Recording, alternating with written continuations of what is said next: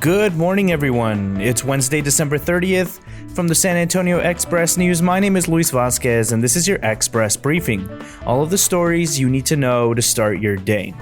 You can expect abnormally warm weather with a high of 75 degrees and occasional showers in San Antonio today. A cold front is coming, and there's a slim chance the San Antonio area could end 2020 with a wintry mix. Eager buyers and low interest rates are helping fuel a rise in new home construction in the San Antonio area. Builders began work on 4,458 homes in the third quarter, a 26% increase from the same period last year. You can read more about this story in this week's Skyline column. Millions of Americans will receive one-time stimulus payments in the next week or so as the U.S. government races to implement a $900 billion coronavirus aid package that President Donald Trump signed after days of delays. And now let's move on to our top stories for the day.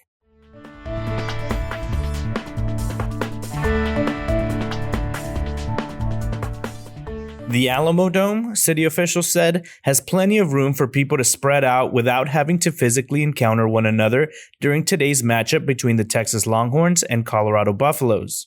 Workers have taped off groups of 4 seats to maintain distance between parties, and every other row in the stadium will be blocked off. San Antonio officials drew criticism last week after letting more than 11,000 people attend a boxing match at the Alamodome while COVID-19 cases and hospitalizations climbed. Officials wouldn't say exactly how many tickets have been purchased for tonight's game, just that the total is fewer than 11,000. Expect some of those fans to be cheering for Colorado. The Buffaloes have 22 players from Texas on their roster, but the Longhorns are looking to defend their Alamo Bowl title. Head over to expressnews.com to read more on this story. On a well-worn gridiron, on a cool fall evening in 2019, Bracken Christian School running back Joshua Schroeder doesn't hear the noise. He doesn't see the crowd just 15 yards away. He's focused on one thing, listening for the quarterback to yell snap.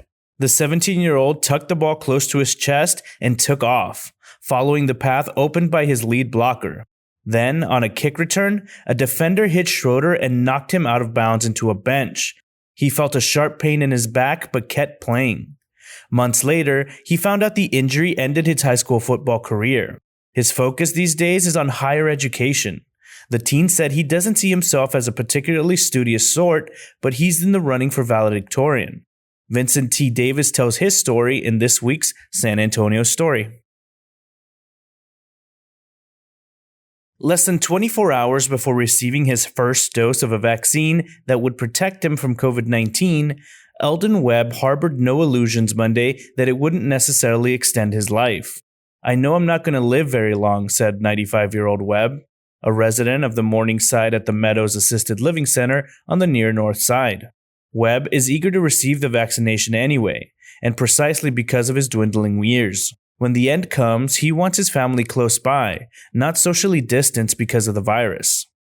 Slammed by a new surge of COVID-19 cases, nursing homes and assisted living centers across Bexar County began receiving vaccinations Monday against the deadly disease.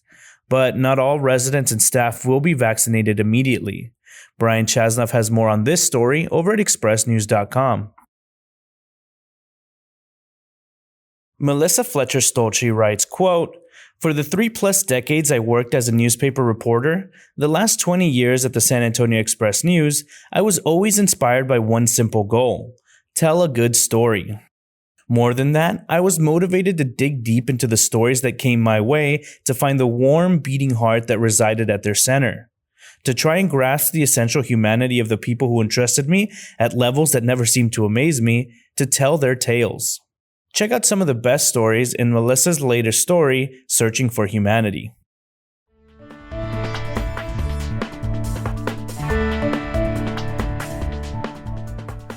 The COVID-19 vaccines have been touted as the beginning of the end to the deadliest pandemic in recent U.S. history. But many residents are still wondering, are the vaccines that were developed in record time safe? We interviewed Dr. Ruth Begrin, an infectious disease specialist with UT Health San Antonio, to learn more about the vaccine's safety She recently served on a UT Health working group aimed at examining the safety of the Pfizer vaccine and how it should be distributed among frontline healthcare workers.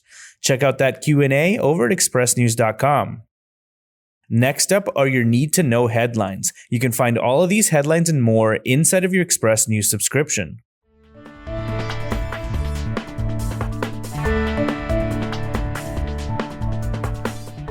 With COVID patients having accounted for at least 15% of all patients in the region's hospitals for the past 7 days, some businesses, including restaurants, gyms, and retail locations, will be forced to reduce their capacities from 75 to 50%.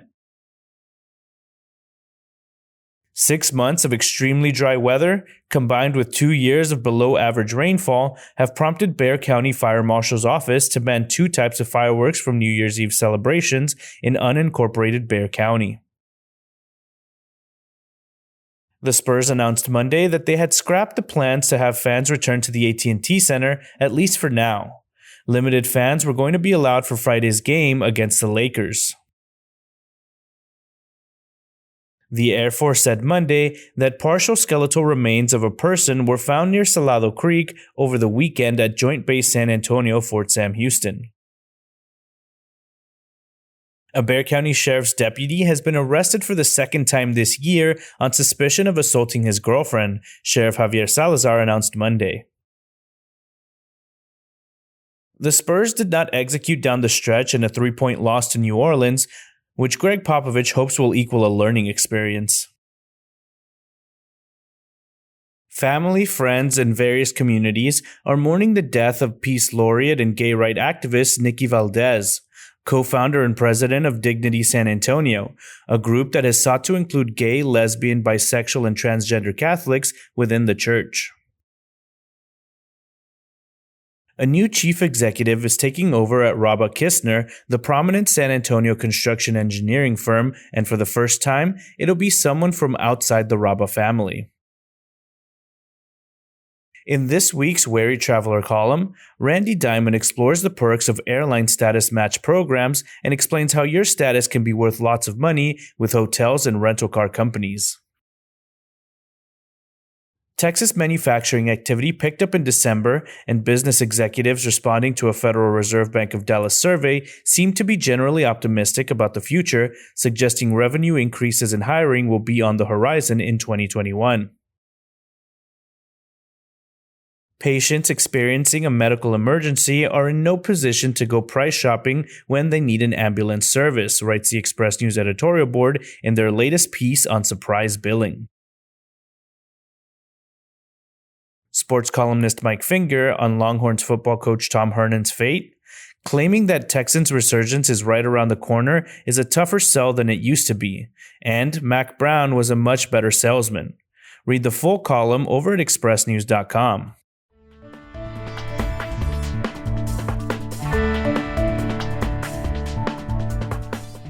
Jorge Gonzalez was puzzled when, in August 2019, the tax bill arrived at the home he shares with his mother near the Mexico border in the Rio Grande Valley.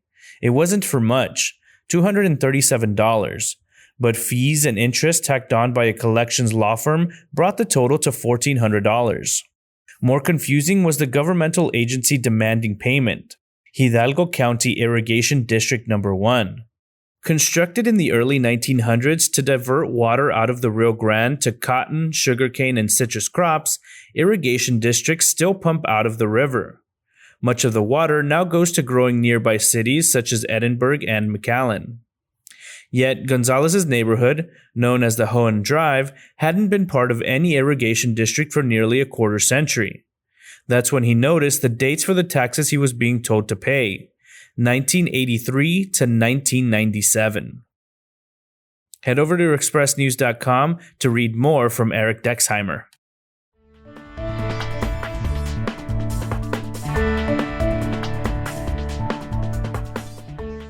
Whether smoked, smothered, or grilled, pork chops make a memorable meal. Take a closer look at pork chops and check out these recipes in this week's edition of Chuck's Food Shack. Even in a pandemic-stricken season in which most arenas sat empty, the Spurs Coyote kept his green eyes on the prize, NBA Mascot of the Year. Tacos Jimenez, once owned by accordion ace Flaco Jimenez, is getting a second life thanks to his son and namesake Leonardo Jimenez III. Let someone else do the cooking so you can focus on celebrating the fact that this trash fire of a year is over. Check out our New Year's Eve dining guide over at expressnews.com. From cabbage loopers to snails and scale, Calvin Finch has the plan of attack against pests in your winter garden. In his down-to-earth column, Neil Sperry addresses too tall Texas sage, blackberries, and pecan tree fungus. And that's all for today. This was your Express Briefing for Wednesday, December 30th. My name is Luis Vasquez. Please consider becoming an Express News subscriber so you can get in-depth coverage on all the stories you heard today. Also, be sure to rate and review this podcast inside of your Apple Podcast app, as it really helps the show. Have a wonderful day, everyone.